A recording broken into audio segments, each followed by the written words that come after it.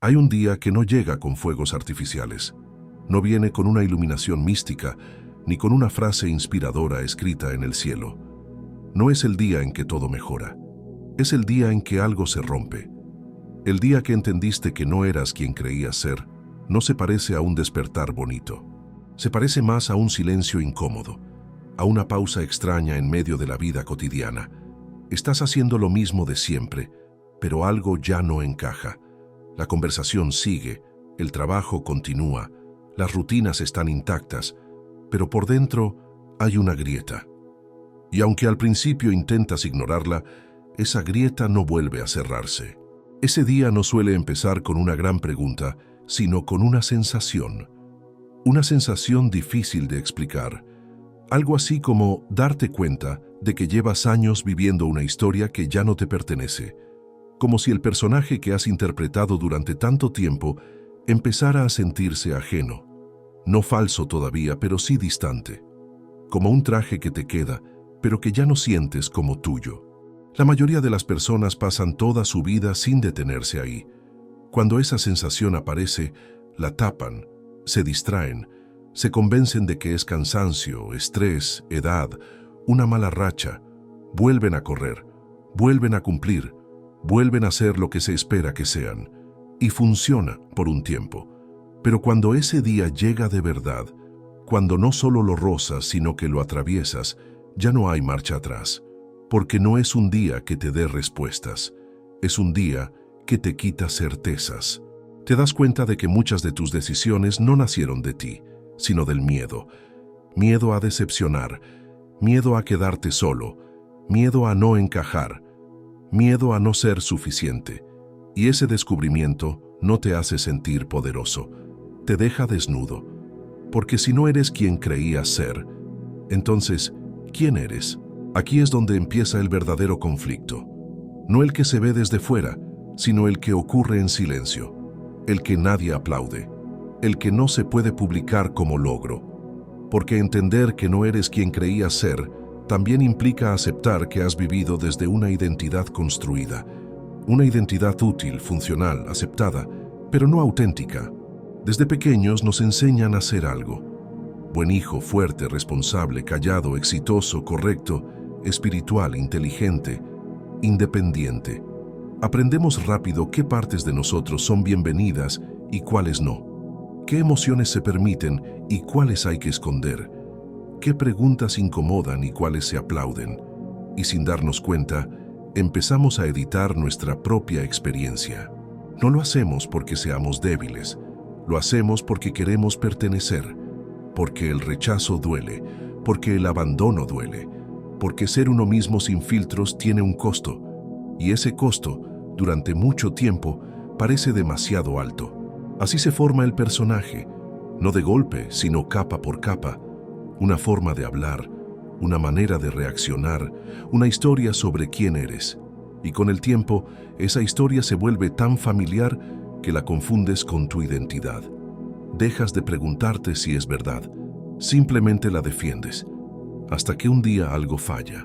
Puede ser una crisis emocional, una ruptura, un éxito que no te llena, una pérdida, un cansancio profundo que no se va con descanso, o simplemente una mañana en la que te miras al espejo y no reconoces del todo a la persona que te devuelve la mirada. Ese es el día peligroso, no porque te destruya, sino porque ya no puedes fingir que no lo ves.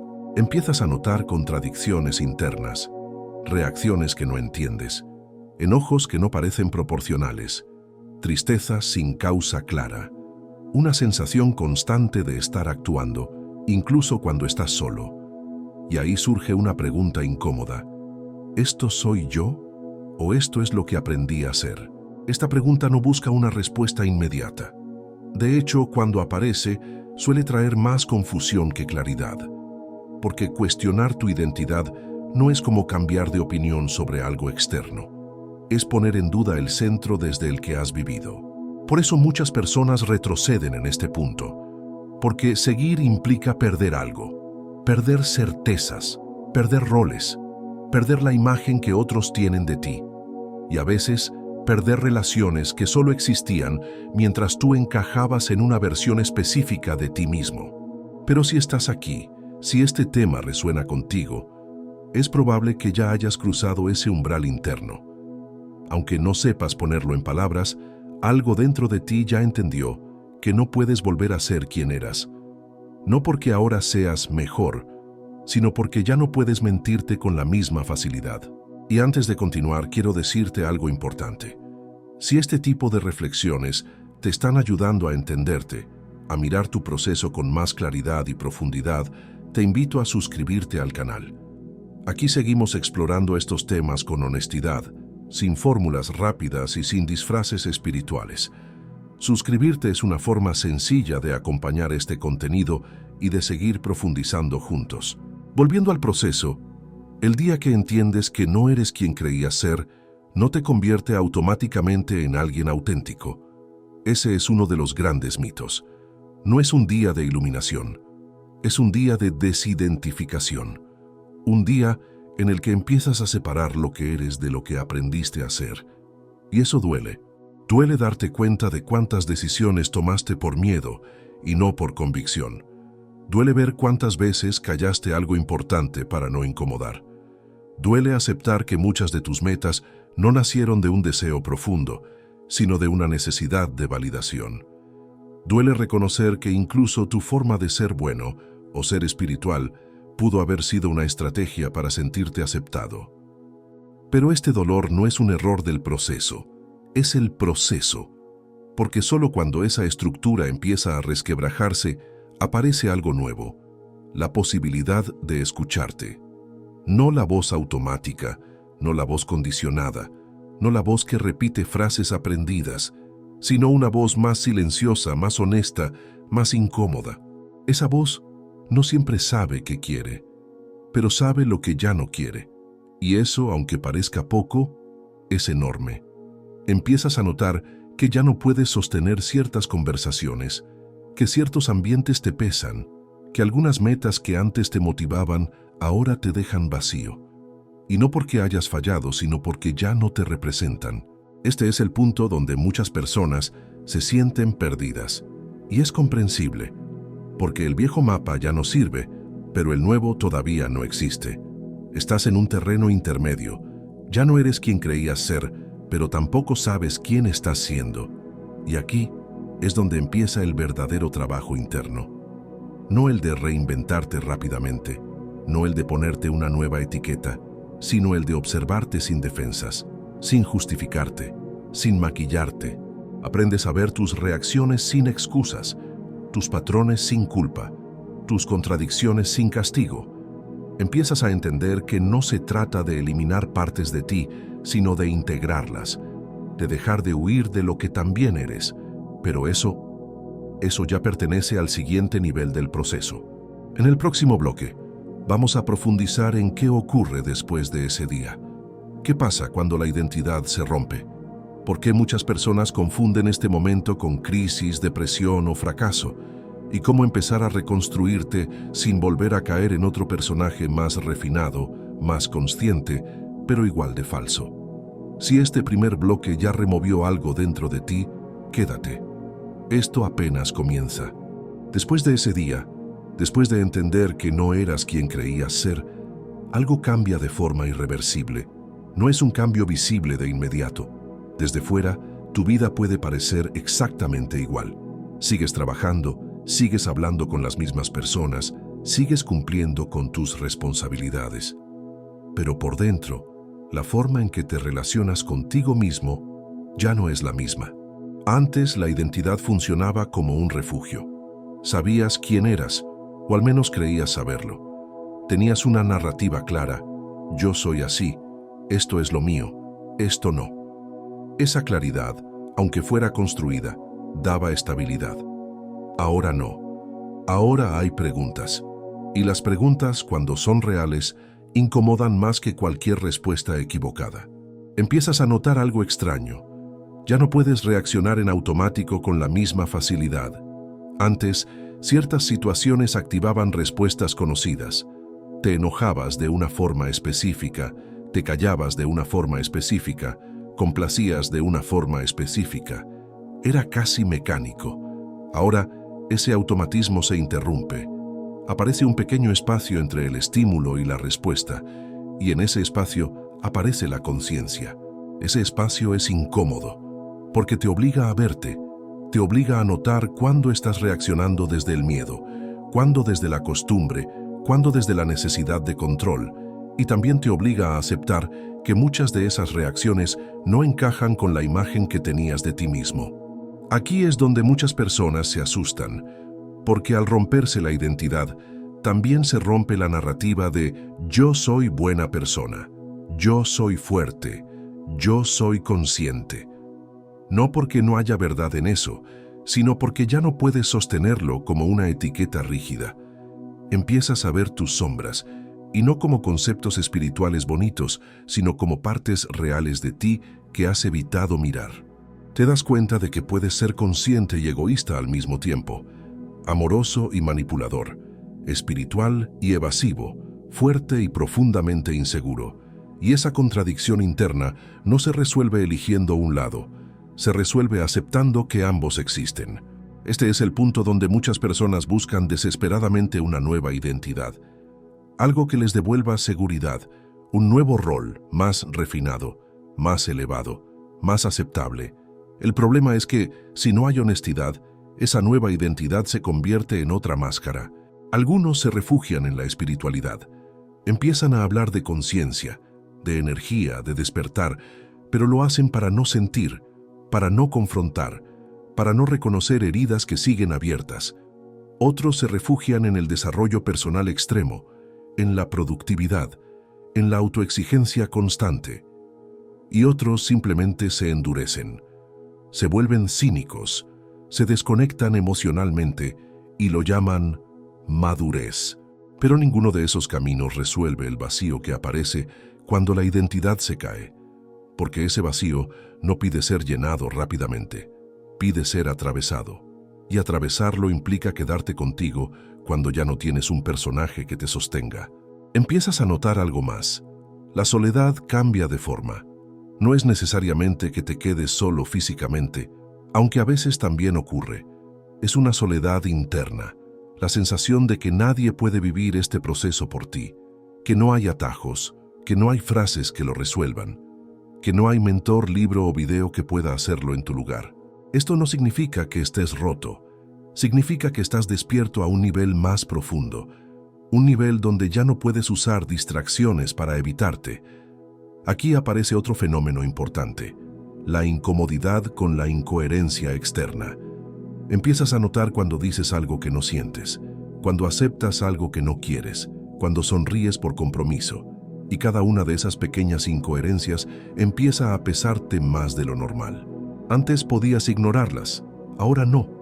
Ahora tu cuerpo reacciona, tu energía baja, te sientes drenado después de ciertas interacciones, no porque los otros sean malos, sino porque tú estás traicionando algo interno, y esto genera culpa, porque empiezas a darte cuenta de cuántas veces has vivido para cumplir expectativas ajenas, cuántas decisiones tomaste para no incomodar, cuántas versiones de ti construiste para encajar en distintos entornos. Pero aquí hay una distinción clave que necesitas entender. Darte cuenta no es culparte.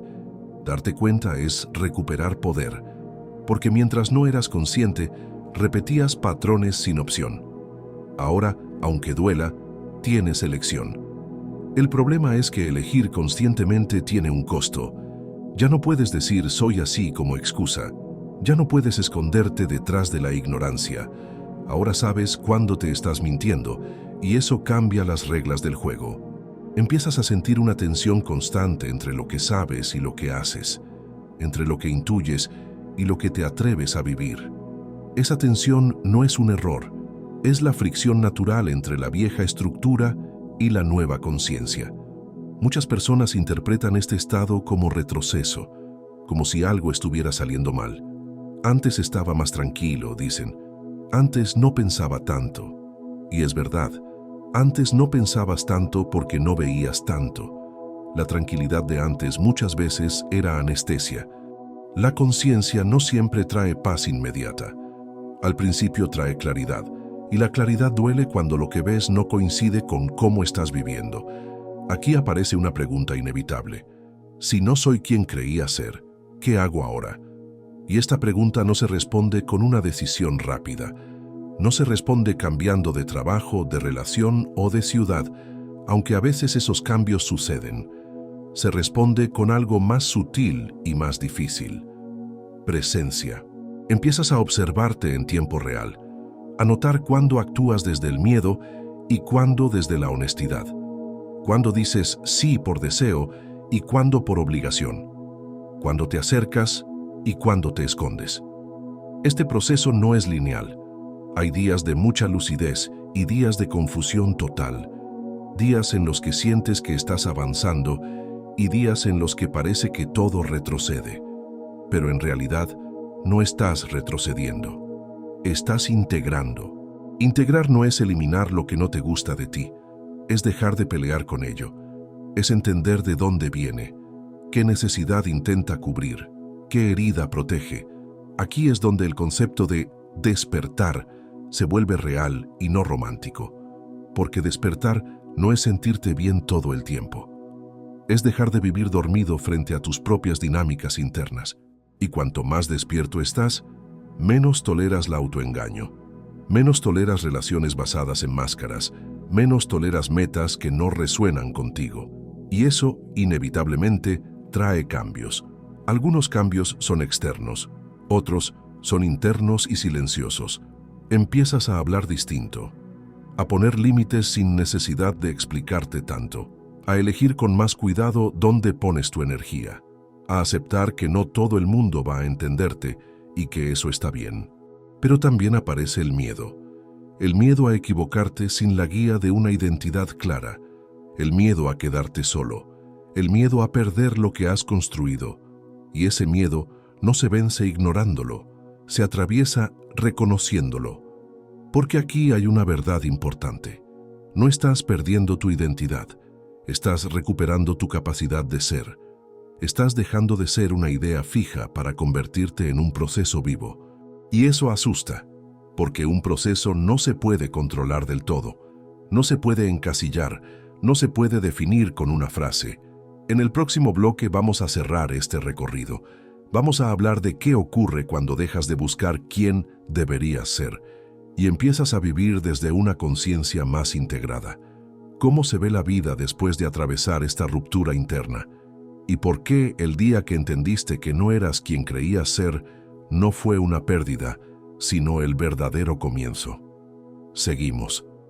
Después de atravesar el vacío, después de sostener la incomodidad de no saber quién eres, ocurre algo sutil, pero decisivo. No ocurre de golpe ni se anuncia con claridad. No es un momento épico, es más bien un cambio de relación contigo mismo. Ya no buscas desesperadamente una nueva definición. Ya no necesitas decir ahora soy esto. Empiezas a entender que el problema nunca fue no saber quién eras, sino creer que tenías que ser alguien fijo, coherente todo el tiempo, reconocible, explicable. La vida empieza a sentirse distinta cuando dejas de exigirte una identidad cerrada. No porque todo se vuelva fácil, sino porque algo interno se relaja. Ya no tienes que sostener una imagen constante, ya no tienes que demostrar tanto, ya no tienes que justificar cada emoción ni cada cambio. Empiezas a habitarte. Habitarte no significa gustarte siempre. Significa no abandonarte cuando aparece una parte incómoda. Significa quedarte contigo cuando surge la duda, el miedo, la contradicción. Significa dejar de huir de ti mismo. Aquí es donde muchas personas notan una diferencia clara entre conciencia e idealización. Antes querían llegar a algo, a una versión mejor, más elevada, más estable. Ahora entienden que no hay un punto final al que llegar. Hay un movimiento constante de ajuste, escucha y honestidad. La pregunta ya no es ¿quién soy?, sino ¿desde dónde estoy viviendo esto? Y esa pregunta lo cambia todo. Porque empiezas a notar que puedes vivir una misma situación desde lugares muy distintos, desde la herida, desde el miedo, desde la necesidad de aprobación o desde la presencia. Y aunque no siempre eliges el lugar más consciente, ahora lo ves. Y ver, aunque no siempre transforme de inmediato, abre una puerta que ya no se cierra. Empiezas a tomar decisiones más pequeñas, pero más alineadas. No necesariamente decisiones radicales, sino elecciones cotidianas que antes pasaban desapercibidas. ¿Qué conversación sostienes? ¿Cuál evitas? ¿Qué límite pones? ¿Qué silencio eliges romper? Y con el tiempo, esas pequeñas decisiones crean una vida más honesta. No perfecta, honesta. Aquí es importante decir algo que casi nadie dice. Integrar no te vuelve inmune al dolor, no te vuelve superior, no te vuelve intocable, te vuelve responsable. Responsable de tu mundo interno, responsable de lo que proyectas, responsable de lo que eliges sostener. Y esa responsabilidad pesa, pero también libera, porque ya no necesitas culpar tanto afuera, ni al pasado, ni a tus padres, ni a tus relaciones, ni al sistema. No porque no hayan influido, sino porque ya no necesitas que cambien para empezar a vivir con más verdad. Empiezas a notar algo curioso. Las personas que siguen viviendo desde máscaras se vuelven más evidentes para ti. No desde el juicio, sino desde la claridad. Ves cuando alguien habla desde el miedo, cuando desde la herida, cuando desde la necesidad de control. Y también ves cuando tú haces lo mismo. Esto no te separa del mundo, te vuelve más real dentro de él. Algunas relaciones se transforman, otras se caen. No porque tú cambies para mejor o para peor, sino porque ya no sostienes dinámicas que se alimentaban de tu inconsciencia. Y aunque perder vínculos duele, hay un alivio silencioso en dejar de traicionarte para mantenerlos. También cambia tu relación con el error. Antes, equivocarte ponía en riesgo tu identidad. Ahora, equivocarte es parte del proceso. No te define, te informa. Y eso es enorme. Porque cuando el error deja de ser una amenaza, aparece el aprendizaje real. No el que se memoriza, sino el que se encarna. Aprendes observándote, ajustando, volviendo a intentar. Empiezas a entender que la conciencia no es un estado permanente, sino una práctica. Hay días de mucha presencia y días de dispersión. Hay momentos de claridad y momentos de regresión aparente, pero ya no te castigas por eso. Ya no dramatizas cada caída. Sabes que el movimiento es parte del camino. Y aquí aparece una verdad profunda. El día que entendiste que no eras quien creías ser, no fue el final de algo, fue el inicio de una relación más honesta contigo. Antes, vivías desde una idea de ti mismo. Ahora, vives desde una escucha constante. Antes, reaccionabas para proteger una identidad. Ahora, respondes desde lo que está vivo en ti. Esto no siempre se ve desde fuera. A veces incluso parece que haces menos, que hablas menos, que te expones menos. Pero por dentro hay más coherencia, menos ruido, menos autoengaño. La vida se vuelve menos dramática y más intensa a la vez, menos teatral, más real. Y quizá lo más importante, dejas de buscar validación para existir, no porque ya no te importe el otro, sino porque tu valor ya no depende exclusivamente de la mirada externa. Hay una referencia interna que empieza a formarse. No es rígida, no es perfecta, pero es tuya. Esa referencia no te dice siempre qué hacer, pero sí te dice cuando algo no está alineado.